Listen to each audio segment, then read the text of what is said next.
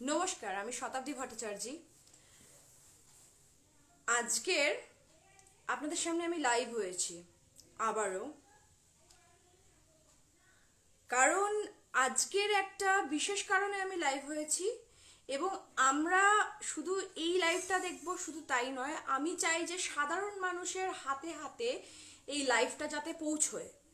এই লাইভটা পৌঁছয় কারণ হচ্ছে, এই লাইভটার মেন রিজন হচ্ছে আরো কিছু কথা যেগুলো আস্তে আস্তে উঠে আসছে সেগুলোকে আপনাদের সামনে তুলে ধরা।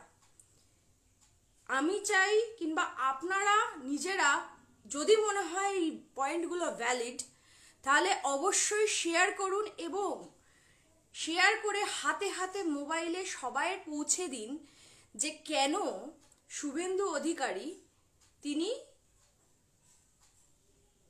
হলেন গাদ্দার, কেন শুভেন্দু অধিকারী গাদ্দার, কেন উনি বিকিয়ে গেলেন। আজকে আমরা সেই প্রসঙ্গে নিয়ে আলোচনা করব।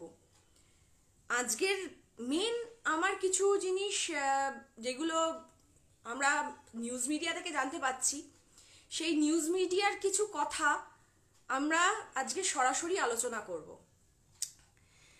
এবং কেন বিকিয়ে গেলেন এই শুভেন্দু অধিকারী সেই কথাতে যদি আসি, তাহলে মেন এই গাদ্দার লোকটা, এই বদমাইশ গাদ্দার, এই দুর্নীতিবাজ লোকটা এতদিন অবধি আমাদের দলে থেকে আমাদের দলের ঘুণ হয়ে উনি কাজ করছিলেন, ঘুণের মতন উনি একটা কাজ করছিলেন। কারণ উনি পুরো দলটার নিচে থেকে উনি ঘুণ দিয়ে উনি আস্তে আস্তে রাস্তাগুলো বন্ধ করে দিচ্ছিলেন। সেই রাস্তাগুলো কি কি? আজকের উনি 6 বছর ধরে উনি বিজেপির হয়ে কাজ করছিলেন। শুধু তাই নয়, বিজেপির হয়ে শুধু কাজ করেছেন তাই নয়, আজকের আপনাদের একটা স্ক্রিনশটের দেখাই, যেটাতে আপনি দেখতে পাবেন, পড়ে শোনাচ্ছি, ঠিক আছে? লোকসভায় বিষ্ণুপুর থেকে তাকে জেতানোর কাজ করেছিলেন শুভেন্দু অধিকারী। বিস্ফোরক স্বীকারোক্তি সৌমিত্রর খাড়। কেন লোকসভায় বিষ্ণুপুরের আসন থেকে বিজেপি টিকিট জিতে গিয়েছিল, তার প্রশ্নের উত্তর হচ্ছে শুভেন্দু অধিকারী। তার পিছনে শুভেন্দু অধিকারীর কারিশমা ছিল। দেখে নিন, আপনারা সবাই দেখুন, এই হচ্ছে আসল শুভেন্দু অধিকারীর চরিত্র এবং তিনি যে দুর্নীতি করে এসছেন সেটা 6 বছর আগে থাকতেই তিনি ঘুণের কাজ করেছেন। ঘুণের কাজ শুধু করেননি, উনি দিদির আস্তে আস্তে পাটাকে নাড়িয়ে দিচ্ছিলেন, চেষ্টা করেছিলেন, কিন্তু আমরা কর্মীরা যতক্ষণ আছি ততক্ষণ পর্যন্ত তা হওয়ার নয়। কারণ দিদি যখনই বুঝতে পেরেছিলেন তখনই তিনি কিন্তু আস্তে আস্তে ওনার কাছ থেকে যে সব ক্ষমতাগুলো কেড়ে নিতে আরম্ভ করেছিলেন ভেতর ভেতর। তাহা সত্ত্বেও যদি এই কারণে যদি ওই অনুগামীগুলো, যারা অনুগামী বলে চেঁচাচ্ছে, আমরা দাদার অনুগামী, তারা যে চেঁচাচ্ছে তাদেরকে বলি, আপনারা বলছেন আপনাদের কথা অনুযায়ী দাদা পদের লোভী নয়। অনেক ফ্লেক্স দেখলাম যেখানে লেখা রয়েছে দাদা পদের লোভী নয়। পদের লোভী তিনি ছিলেন না নাকি?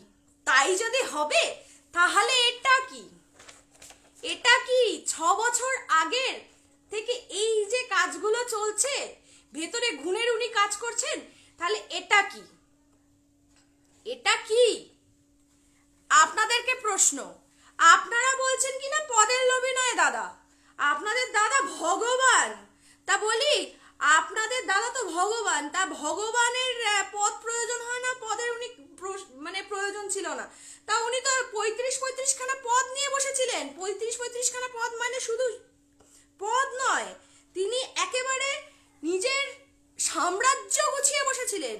নিজে 3টে দপ্তরের মন্ত্রী, হলদিয়া উন্নয়ন পর্ষদের চেয়ারম্যান, কন্টাই কোঅপারেটিভ ব্যাংকের চেয়ারম্যান, 8টা পেট্রোল পাম্প, 4টে হোটেলের মালিক, কলকাতায় 4 কামরার 2টি বিলাসবহুল ফ্ল্যাট, দলের 7 জনের সর্বোচ্চ কর কমিটির সদস্য, দলের সাধারণ সম্পাদক, প্রাক্তন কেন্দ্রীয় প্রতিমন্ত্রী, জেলা সভাপতি, 5টি জেলার পর্যবেক্ষক, বাবা ও ভাই সংসদ, বাবা দীঘার উন্নয়ন পর্ষদের চেয়ারম্যান, হলদিয়ার সব কারখানা শ্রমিক সংগঠনের নেতার পদ নিয়েছিলেন।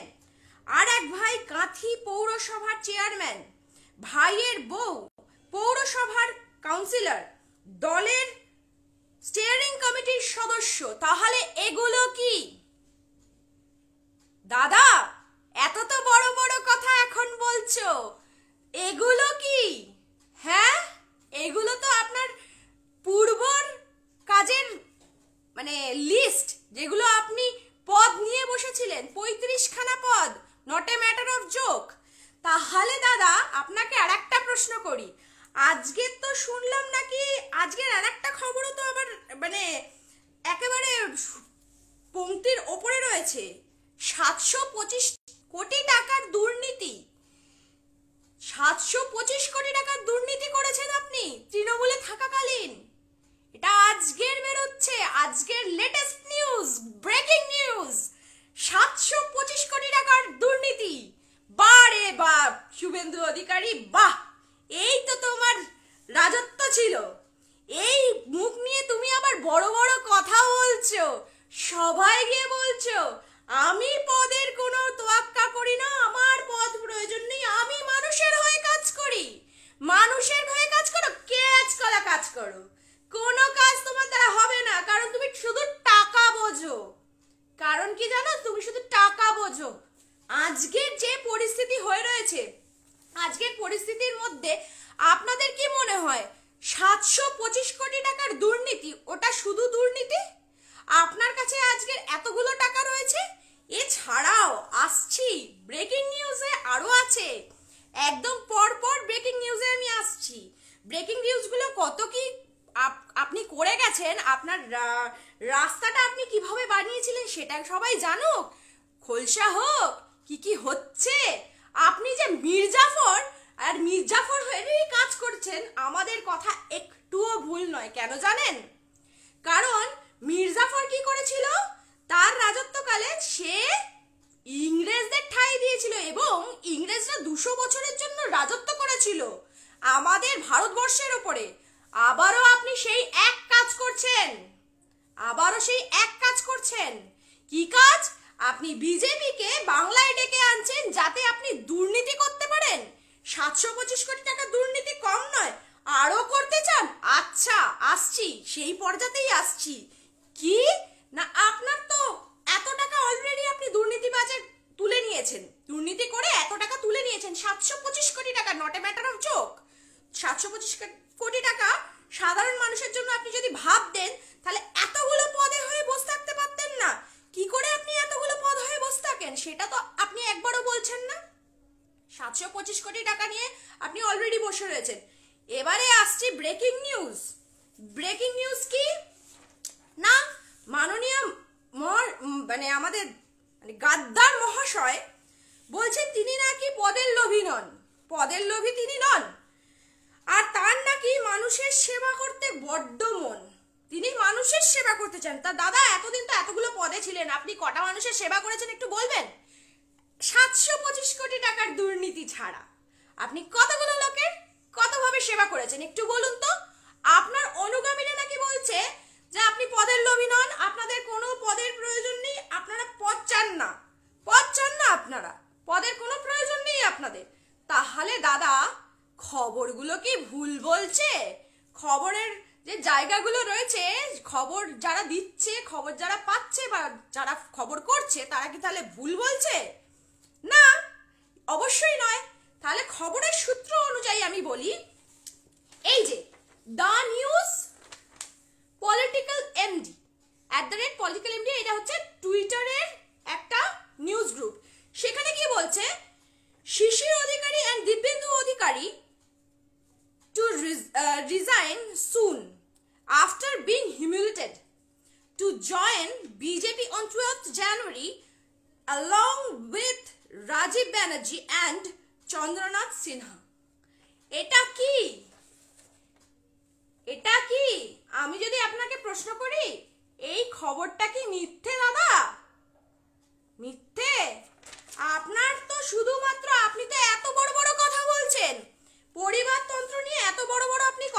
বলছেন। তা দাদা, পরিবারতন্ত্র নিয়ে আপনি কথা বলছেন, ভালো কথা, খুব ভালো কথা, কিন্তু পরিবারতন্ত্র তো আপনাদের মধ্যেও আছে। আপনি পরপর আপনার এতগুলো লিস্ট বলে গেলাম, তার মধ্যে তো আপনার পরিবারের লোকই অর্ধেক বসে আছে। প্লাস শুধু তাই নয়, শিশির অধিকারী এবং দিব্যেন্দু অধিকারী তারা নাকি খুব তাড়াতাড়ি রিজাইন করবেন এবং তারা জয়েন করবেন বিজেপিতে। কেন? তারও তো একটা কারণ থাকা আছে, কারণ আছে তো নিশ্চয়ই। আপনি দর কষাকষি করেই গেছেন এবং শুধু তাই নয়, আপনি কত টাকায় বিক্রি হয়েছেন একটু বলি। আপনি মানুষের কাছে কত টাকায় বিক্রি হয়েছেন? মানুষের দিদির ছবি আপনি ছুঁড়ে ফেলে দিলেন। 35টা পদের অধিকারী ছিলেন, দিদির ছবি আপনি ছুঁড়ে ফেলে দিলেন। দিয়ে আপনি কি না মানুষের জন্য কাজ করবেন বলে আপনি বিজেপিতে গিয়ে এত টাকা দুর্নীতি তো করেছেন, সেটা আলাদা ব্যাপার। কত টাকায় বিক্রি হয়েছেন দাদা? 650 কোটি। 650 কোটি। It's not a 6 lakh. 650 টাকাও নয়, 650 কোটি নয়, 6 লাখও নয়, 650 কোটি। আচ্ছা ধরুন 650 কোটি আর 725 কোটি। মানুষের চোখে কি ঠুলি পড়ে আছে? তারা কি দেখতে পায় না? আপনি তো ঠকবাজ লোক দাদা। আপনাকে তো দাদা বলতেও ঘেন্না করছে আমার। এতদিন অবধি আপনি আমাদের দলে ছিলেন এই ভেবে আমার ঘেন্না করছে। আপনাকে তো যখন জানতে পেরেছো তখনই লাথি মারা উচিত ছিল। আপনার মতন মানুষকে, আপনার মতন নিকৃষ্ট মানুষকে জাস্ট লাথি মেরে বের করে দিয়েছে। খুব ভালো হয়েছে, খুব ভালো হয়েছে। আমরা কর্মীরা বেঁচে গেছি আপনার এই ভোঁতা থেকে। কি না অনুগামীরা হচ্ছে কিরকম জানেন তো? কাঠ পিঁপড়ের মতো, খাবে না, কিছু করবেও না, কিন্তু কামড়টা যখন দেবে না, জ্বালিয়ে দেবে, জাস্ট ওটা ফুলিয়ে দেবে। এখন তো শুনছি অনুগামীরাও বিক্রি হচ্ছে, অনুগামীরাও বিক্রি হয়ে গেছে।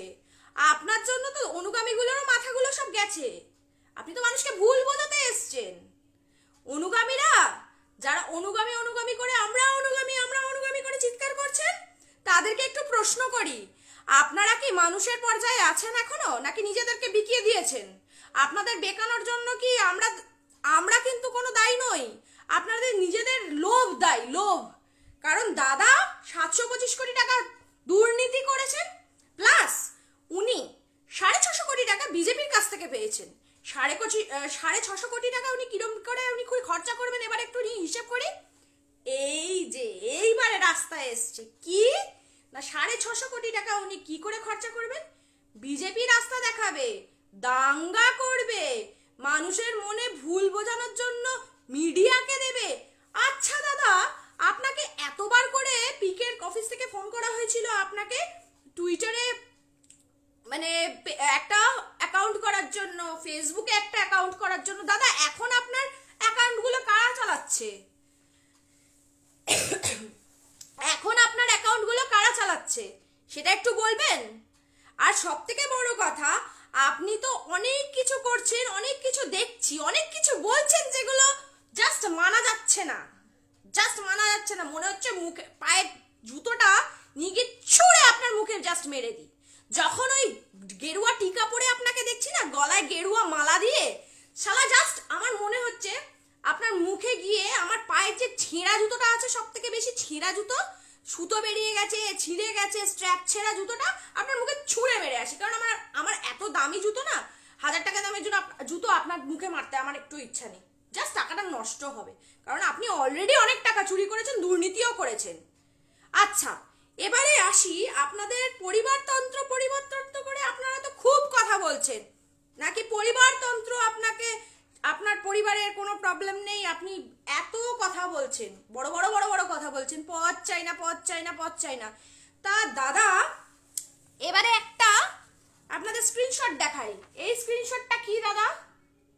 এটাও নিউজ মিডিয়ারই, এটা আমি সূত্র ধরেই বলছি, নিউজ থেকেই আমি জেনে তারপরে কিন্তু লাইভটা করছি। নিশ্চয়ই নিউজ কখনো মিথ্যা কথা বলবে না। আপনারা গিয়ে thenews@politicsmedi MEDI তা এটা কত তারিখে? 10:44 সকালবেলা 16ই ডিসেম্বর 2020 আজকের দাঁড়িয়ে আমি এই লাইভটা করছি। বিগ নিউজ জানুন, উনি নেগোসিয়েশন কি করেছেন বিজেপির সঙ্গে। 650 কোটি টাকার বিক্রি হওয়ার পরেও 650 কোটি টাকা তো উনি পেয়েছেন আলাদা করে, ওনার ওটা দিয়েছে। সেই 650 কোটি টাকা কোত্থেকে এসছে সেটা আমি আবার পরে আসছি। Big news, big breaking news, Shubhendu Adhikari and BJP has conducted negotiation. He has been promised for Deputy CM and Home Ministry with Shishir Adhikari to get governorship soon. Dibyendu Adhikari will eventually be absorbed in central politics after proving what? In organization role in BJP. আপনারা একটু ভালো করে দেখুন, আমি কিন্তু মিথ্যা কথা একটাও বলছি না। এটা কিন্তু একটা টুইটারের নিউজ, যেটা দেখে আপনাদেরকেও আমি দেখাচ্ছি, কারণ আমি কোনো মিথ্যা কথা বলছি না, সেটার প্রিন্ট আউট আমি বের করে নিয়ে এসেছি। ঠিক আছে, নাও কথা হচ্ছে যে আপনি না হয় এই এতটা ইয়েতে গেলেন। শুভেন্দু অধিকারী নেগোসিয়েশন করেছেন বিজেপির সঙ্গে, মিনিংটা একটু বলে দিই। He has been promised deputy CM এর জন্য। ডেপুটি সিএম মানে বোঝেন? দিদি যদি সিএম হয় তাহলে ডেপুটি সিএম এর জন্য ওনাকে প্রমিস করা হয়েছে, প্লাস হোম মিনিস্ট্রি, স্বরাষ্ট্র দপ্তরে পরে উনি কি করবেন বিজেপি, ওনার মানে কথা অনুযায়ী উনি এতগুলো জিনিস চেয়েছেন। এবারে শিশির অধিকারীকে উনি কি চেয়েছেন? বাবার জন্য, বাবা শিশির অধিকারীর নাটকের শেষ নেই এখন। পায়ে ব্যথা রে, খুব পায়ে ব্যথা।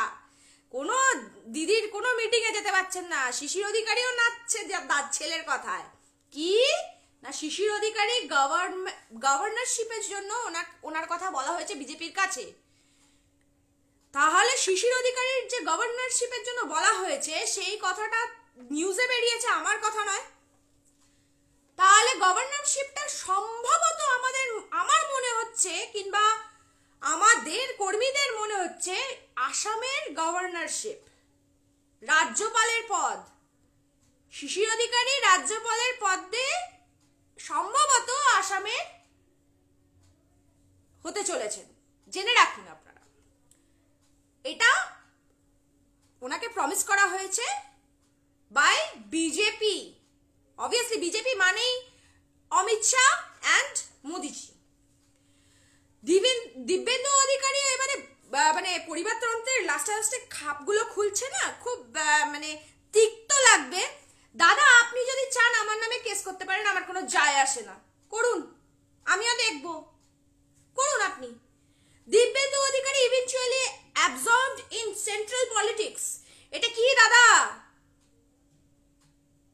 এটা কি আপনার দিব্যেন্দু অধিকারীকেও তো আপনি আস্তে আস্তে বিজেপিতে টানছেন সেন্ট্রাল পলিটিক্সে।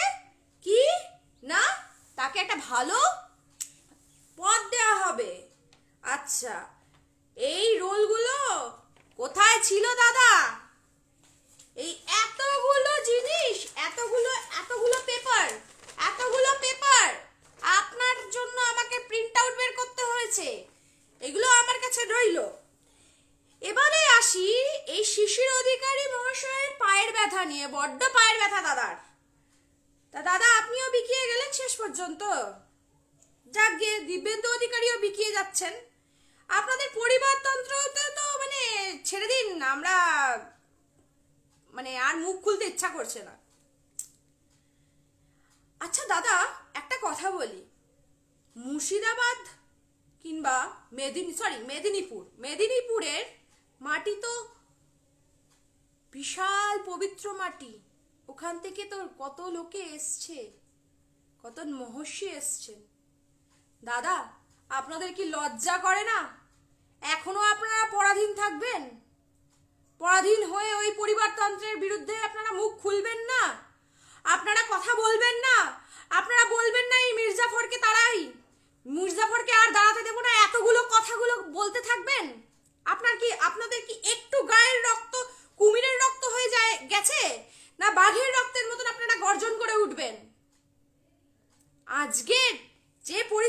দাঁড়িয়েছে। আজকের যদি 725 কোটি টাকার দুর্নীতি 100 কোটি টাকায় গিয়ে পৌঁছয়, তাহলে সাধারণ মানুষের জন্য কি থাকবে? এই টাকাগুলো, এই যে 650 কোটি টাকা, 650 কোটি টাকা কোথা থেকে এসছে বিজেপির কাছে? পিএম কেয়ারের টাকা, জিএসটির ঘাপলার টাকা, আর কত ঘাপলার টাকা আপনারা জমিয়ে রেখেছেন, তার তো কোনো ইয়াত্তা নেই।